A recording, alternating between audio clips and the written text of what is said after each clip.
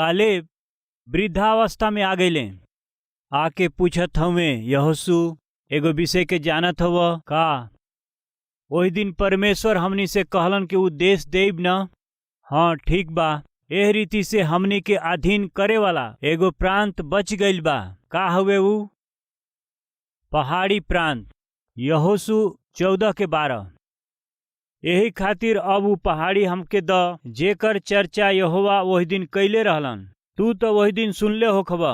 पहला व्यक्ति के हमनी के देखली जा, चाहत के पीछे रहे वाला व्यक्ति कालेब। उनकर सामर्थ, उनकर उम्र, उनकर चाहत हमनी के देखली जा। अब चाहत के पीछे रहे वाला वो व्यक्तित्व के हमनी के देखल जाई। आके कहत हमन, यहोशू हमरा के हुकुम दिहला से ई कैल चाहत हई। का कैल चाहत हव?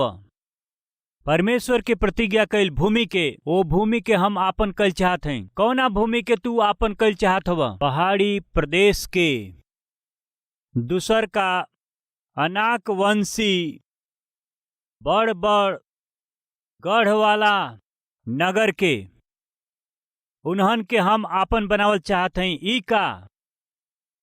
कौनो भी काम के करे खातिर मनुष्य का चाहेला? आसान काम के उ चाहेला। यदि हमनी के बोझ उठावे के बाद तो हमनी का कौना प्रकार के बोझ उठावल जाई?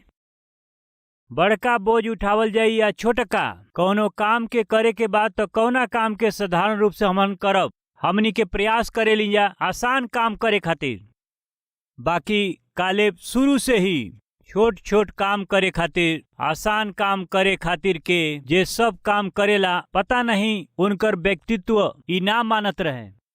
आके कहत हमें हमरा के अनुमति द, काहे खातिर? पहाड़ी प्रांत के हम जीत लेब। एगो सुंदर प्रांत के उ नइखन चाहत। समतल रहे वाला प्रांत के उ नइखन चाहत। आसानी से हार जाए वाला लोगन के बीचा में जाए खातिर वो इच्छा नइखन करत। आसानी से काम करे वाला, आसानी से अधीन होखे वाला, आसानी से अनुभव करे वाला प्रांत के उ लोग नइखन चाहत। उ लोग कठिन काम के चाहत हवन। कठिन काम। यहोशू हमरा के कठिन काम चाही। छोट मोट काम हमके मत द। यदि हम करी तो कठिन कठिन काम, केहू ना करे वाला, केहू ना कर पावे वाला काम केनो बात उ हमरा के द, हम करब। उ कितना जोश रखे वाले बाड़े। पहाड़ी प्रदेश। पहाड़ी प्रदेश के समतल कैल आसान बाटे का? पहाड़ी प्रदेश के, हाँ, ओकरा के पूरा तरह स्वाधीन बना के, ओकरा के पूरा तरह से अपना बना के समतल कैल आसान बाटे का? कालेब ऐसने के उ चाहत हमें। आज हमहन के अपना जीवन में आसान बात के ही चाहे लीजा। व्यक्तिगत हो सकेला, नौकरी में हो सकेला, टारगेट के विषय में ही हो सकेला, रौरी जिम्मेदारी के विषय में हो सकेला। आसान काम के ही हमनी का कल चाहे लीजा। मुश्किल काम के केहू और के सौंपला के प्रयास करे लीजा। सुनी जा, यदि संसार में केहू उन्नति पौले बा कहला से आसान काम करके उन्नति ना पावेलन। केहू कठिन काम करके और मेहनत करके ही उन्नति पावेलन। उहे लोग ए संसार में बहुमूल्य दिखाई देलन। आज राउर मानसिकता का बाटे? आज राउर व्यक्तित्व कैसन बा? मेहनत करे वाला व्यक्तित्व बा? मेहनत कैला के स्वभाव बाटे? कुछ लोग मेहनत के छिपा लेलन जा। कुछ लोग अपना आप के छिपा लेलन। थोड़ा भी मेहनत करे पसंद ना करेलन जा। वो बिल्कुल कमर झुकावल ना चाहेलन। हमेशा जवन काम उन्हन लोग के करे के बा दूसरा के दे देलन। तू कर, तू कर, तू कर, तू का करब हम देखब। ऐसन बा का? दूसरा करत हव तो रउआ देखत हई तो तोहरा के का प्रतिफल मिले वाला बा? दूसर एग्जाम लिखत हवन तो उ लोग पास हो जाइए, बाकी तू नहीं लिखत तो का तोहरा के विजय मिले वाला बा? कालेब देखे वाला और बातचीत करे वाला ना रहले। कालेब बात करत उ समय बिताए वाला व्यक्ति ना रहले। कालेब मेहनत करे वाला रहले।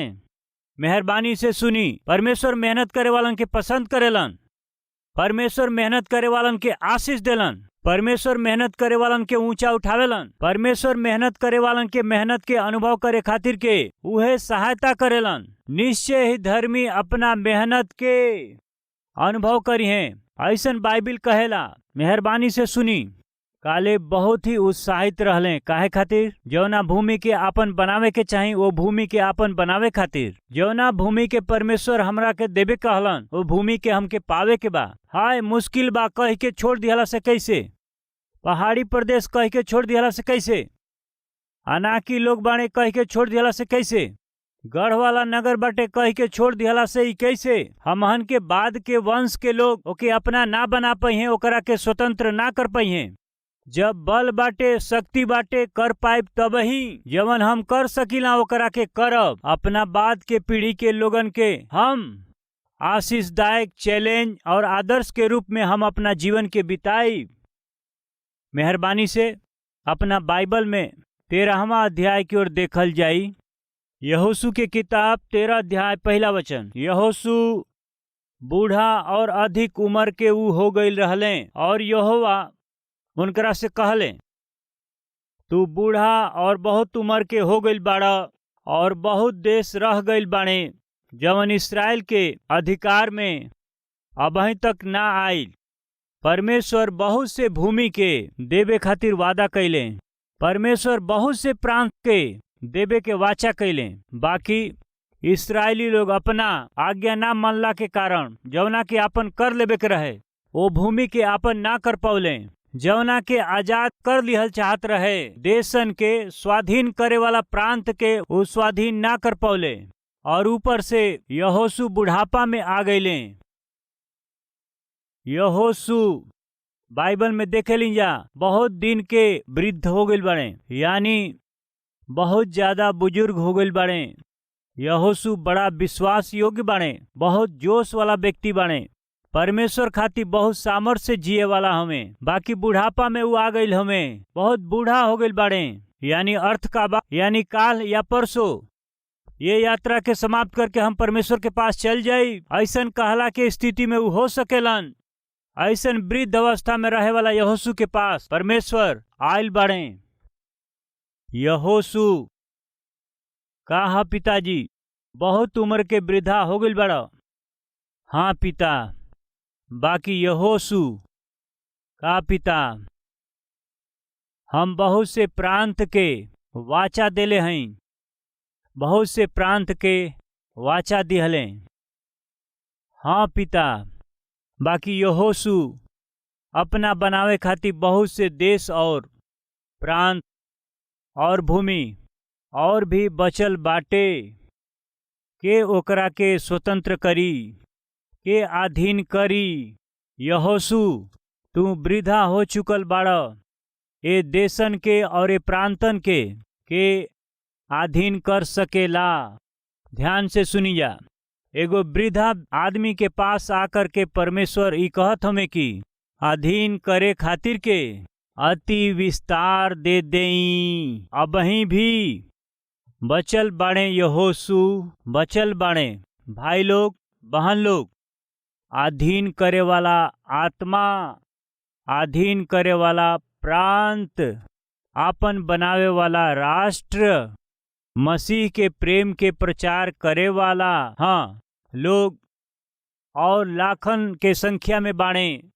परमेश्वर आज हमनी से कहत हमें, बेटा जेकरा के जीते के बाटे उ आत्मा करोड़ों की संख्या में बाटे।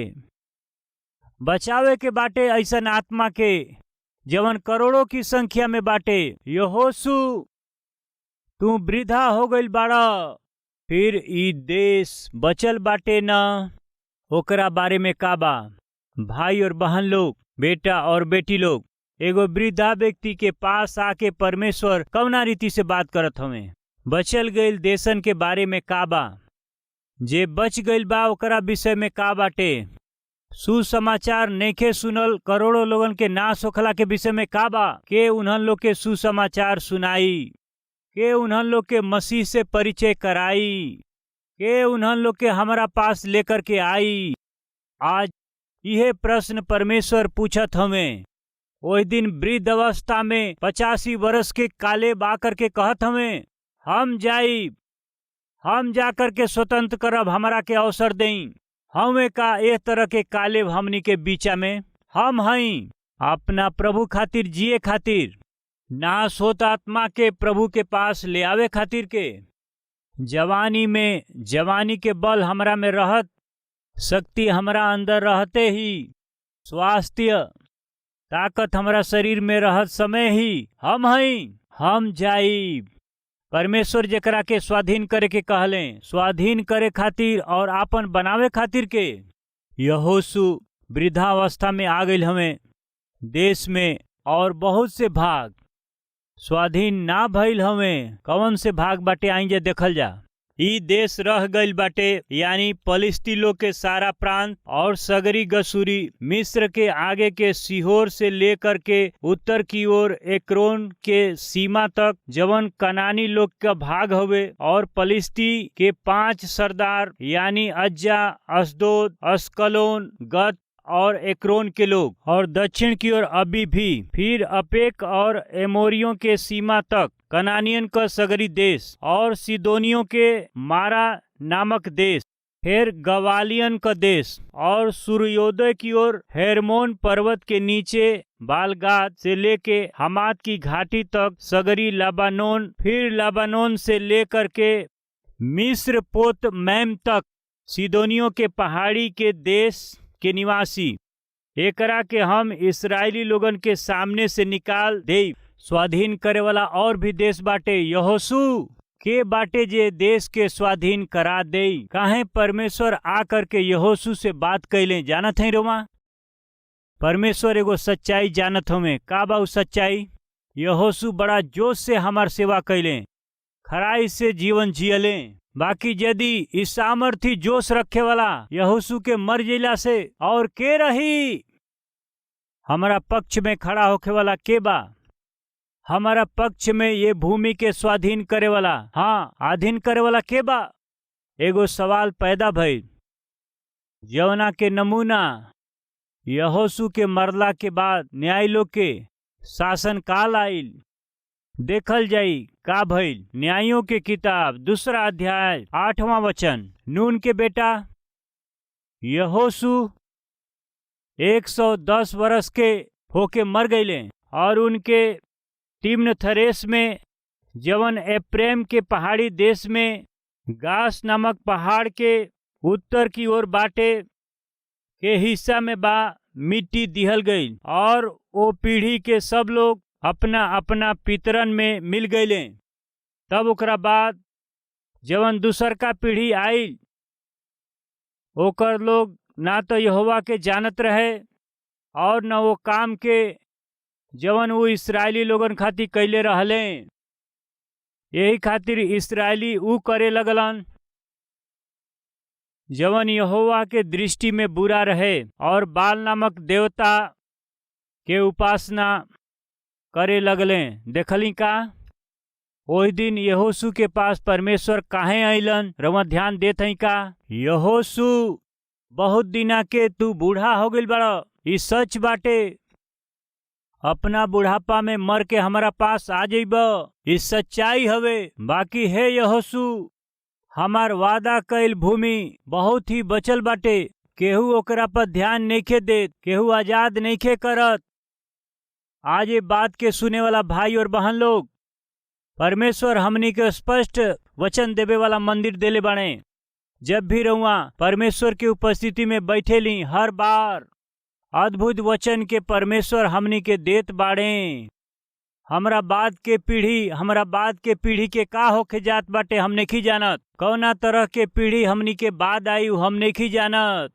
ये पीढ़ी में हमनी के परमेश्वर के खातिर जोश से जिए के बा कह के हमहन के जियत जी अपना पीढ़ी में कितना लोग के परमेश्वर खातिर जीत सकीला, कितना लोगन के प्रभु खातिर बचा सकेलिंजा, कितना आत्मा के प्रभु के उपस्थिति में लिया सकेलिंजा। ए तरह से चलइहन परमेश्वर ई कह के आशा करत हमें। ऐसे ले अइला के जिम्मेदारी हम सब करा ऊपर बाटे। हमहन के बाद आवे वाला पीढ़ी के पीढ़ी का करी है हमहन नहीं जानत। जब तक जीवित हैं जा, स्वास्थ्य के रहत ही, बल रहत ही, प्रभु खातिर जिए खातिर के जोश हमनी में रहला पर ही प्रभु खातिर जिए के बा। यहोशू के देखी वृद्धावस्था में आ गईल हमें। ऐसन वृद्ध अवस्था में आयल यहोशू के देख के परमेश्वर कहत हमें, यहोशू वृद्ध अवस्था में आ गईल हमें। बाकी एगो बात कही का पिता, अब ही आजाद ना कईल गईल देश के बारे में का कहत हई? ओ प्रांत के विषय में का बाटे? के ओकरा के स्वाधीन करी? यहोशू के करी? यहोशू वृद्धावस्था में मर गईले। उनकरा बाद के पीढ़ी आ गईल। कौन पीढ़ी? यहोवा के सेवा कईल यहोशू के ना जाने वाली एगो पीढ़ी आ गईल। वो पीढ़ी के लोगन का कईले? जीवित परमेश्वर के ही छोड़ दियले। मिस्र के देवता के पूजे वाला, उपासना करे वाला पीढ़ी आ गई। आज ये बात के सुने वाला हमार भाई और बहन लोग, हमहन के मरला के बाद आवे वाला पीढ़ी हो सकेला, लोग हो सकेला, वो परमेश्वर खातिर का करिए ये हमनी के जानत नहीं जा। जीवित हमनी के, आत्मिक रूप से जीवित हमनी के, पवित्र वचन के खाए वाला हमनी के, श्रेष्ठ कलीसिया में जमा होके आराधना करे वाला हमनी के लोग, कितना लोगन के हमनी के जीत सकेली जा। कितना लोगन के मसीह के वचन, सत्य वचन प्रकट कर सकेली जा। कितना आत्मा के हमनी के जीत सकेली जा। वो आजाद आत्मा के ये संसार के यात्रा के समाप्त कैला से पहले आजाद करे के बाटे कह के परमेश्वर आशा करेलन और इच्छा करेलन। बेटा यहोशू और भी जवना देश के स्वाधीन करे के बाटे वो बचल बाटे। केकरा विषय में बात करत हव? वो पहाड़ी देश के देखा, वहां के लोगन के देखा, संसारिक रीति पर बहुत बलवान होत भी, संसारिक तौर पर बहुत से गढ़ वाले नगर के बनावत उ लोग, परमेश्वर के विरोध जिए वाला वो लोगन के देखा। यदि हमरा के रउआ आज्ञा देव तो हम जाई। ई का राउर उम्र तो 85 बरस बाना, तू वृद्धा हो गई बड़े अब, फिर भी हम जाई, फिर भी हम जाई। कैसे जइब? कैसे जीतब? कैसे उन्हों लोग के स्वाधीन करब? कालेब कहत हमें कि यदि यहोवा हमरी संगे बाड़े, का कहत हमें देखी जाओ वचन के यहोशू 14:12। यही से अब उ पहाड़ी हमरा के द जेकर चर्चा यहोवा वो दिन कैले रहले। तू तो वो दिन सुनले हो खबर कि ओकरा में अनाक वंशी रहेलन और बड़ा बड़ा गढ़ वाला नगर भी बा। बाकी का जाने संभव बाकी यहोवा हमारा संगे रहोस और उनकरा कहला के अनुसार हम उनकरा देश से निकाल दें। हमरा के विश्वास बाटे की हम उन्हों लोग के स्वाधीन कर सकीला। हमरा के भरोसा बा ओ प्रांत के हम प्रभु खातिर कमा सकीला। कैसे कह सकेला? हमके परमेश्वर पर विश्वास बाटे। यदि वो हमारा संगे रहियन त हम निश्चय वो प्रांत के अधीन में कर ली। आज ये बात के सुने वाला भाई बहन सेवक लोग, रउआ नहीं खी तो वो प्रांत के स्वाधीन करे वाला के बाटे? रउआ नहीं तो कठोर लोगन के बीचा में जाकर के मसीह के गवाही देवे वाला के बाटे? रउआ नहीं तो वो प्रांत के जौना में रउआ सेवा करत हई और के स्वाधीन कर सकेला। भाई और बहन लोग, रउआ नहीं तो रौरी परिवार के जीत सके वाला, रौरी परिवार के प्रभु के सौंपे वाला, प्रभु के उपस्थिति में लियावे वाला, रौरी दोस्त लोग के, मित्र लोग के मसीह के चरण में ले आवे वाला रउआ ना हई तो के बाटे? वही दिन कालेब कहत हमें कि हमरा से ही ना हो सकेला, बाकी हमरा संगे रहे वाला परमेश्वर से ही हो सकेला। हमरा के एगो अवसर दे के देखी, हम जाइब, कठोर लोगन के बीच में हम जाइब, गढ़ वाला नगर बनावे वालन के बीच में हम जाइब। परमेश्वर के शक्ति का बा, उनका सामर्थ का बाटे, वो कितना पराक्रमी बाड़े, वो कैसे उधार देवेलन। वो लोगन के बीच में हम जाके परमेश्वर के शक्ति का बा दिखाई। हमरा के आज्ञा देबा का चाहत के पीछे रहे वाला व्यक्ति कालेब, चाहत के पीछे रहे वाला व्यक्तित्व, कठिन काम और कठोर काम हमके सौंप, हम ओके करब। चाहत के पीछे का विश्वास। हमार परमेश्वर हमारी साथे बने, यही से हम कर सकीला, यही से हम स्वाधीन कर सकीला, यही से हम प्रयास कर सकीला, यही खातिर हम हमरा के दिहल काम के हम पूरा कर सकीला। परमेश्वर तोहरा साथ बने का तो तोहरा के जवन काम दिहल बा उ कर सकीला। परमेश्वर तोहरे साथे बने तो तू अपना परिवार के स्वाधीन कर सकेला। परमेश्वर और साथे बनन का तो अपना रिश्तेदारन के भी प्रभु खातिर रउआ जीत सकीला। अब सब लोग रउआ ध्यान से सुनी जा। डेविड लिविंगस्टन नामक भक्त से परमेश्वर कहले, तू अफ्रीका देश में जाके हमरा सुसमाचार के प्रचार कर। तब वो परमेश्वर के दास एक ही एक प्रार्थना कैले, प्रभु परमेश्वर इस संसार में हमरा के कहीं भी रहुआ भेजी, हम जाइब, बाकी हमरा के एगो वचन दे का बाऊ हमरा साथे तू अइब, हमरा संगे रहब कह के हमरा के वचन दे। हम संसार में कहीं पर भी जाइब, कौनो भी देश के रउआ खातिर हम जीतब, अपना अधीन कर ले। आज ये बात के सुने वाला भाई लोग और बहन लोग, ना सोखे वालन के आजाद करी, ना सोखे वाला लाखन लोगन के मसीह के विषय में के बताई, ना सोखे वाला रौरी परिवार में रहे वालन के प्रभु खातिर के जीत पाई। कालेब आकर के यहोशू से चाहत हमें हमरा के आज्ञा दो, पहाड़ी प्रदेश के हम समतल करब, गढ़ वाला नगर में हम जाके, बलवान लोगन के बीच में हम जाके, हम परमेश्वर के दिहल सामर्थ से उन्हन लोग के स्वाधीन कर ले, अवसर दे दें। आज हमहन के बीच में केहू बाका सामर्थी लोग, केहू बाटे का जवानी में रहे वाला, केहू बाटे का जिम्मेदार लोग, केहू बाटे का ना सोखे वाला आत्मा खातिर बोझ रखे वाला। हमार जिम्मेदारी हवे अपना परिवार के जीते के बाटे हमके प्रभु के खातिर, हमार जिम्मेदारी बा अपना दोस्त के जीते खातिर प्रभु खातिर। ऐसन जिम्मेदारी से रहे वाला कालेब के जैसन लोगन के केहू भी हमनी के बीच में बा। वही दिन कालेब कहत हमें हम जाइब, कौना उम्र में? 85 बरस के उम्र में।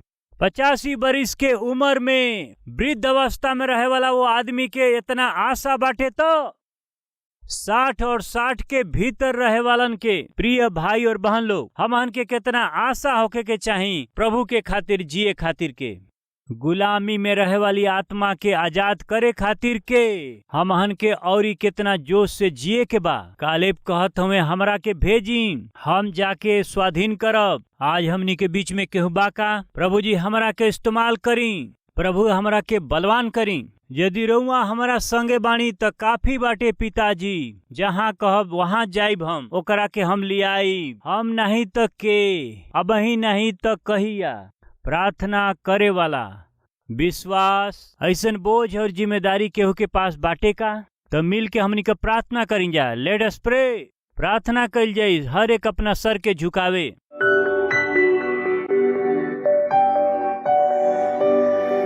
प्रेमी पिता परमेश्वर,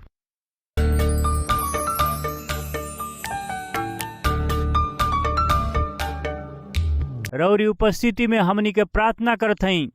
कालेब के जीवन के जरिए बहुमूल्य विषय के हमहन का सीख पौले बानी जा। पिता रउआ के धन्यवाद।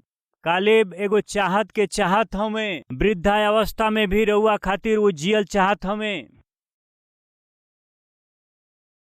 रौरी मर्जी के पूरा करे के बा, अपना स्वार्थ में ना होके, अधीन में ना रह के बचल प्रांत के आपन बनावे के बाटे।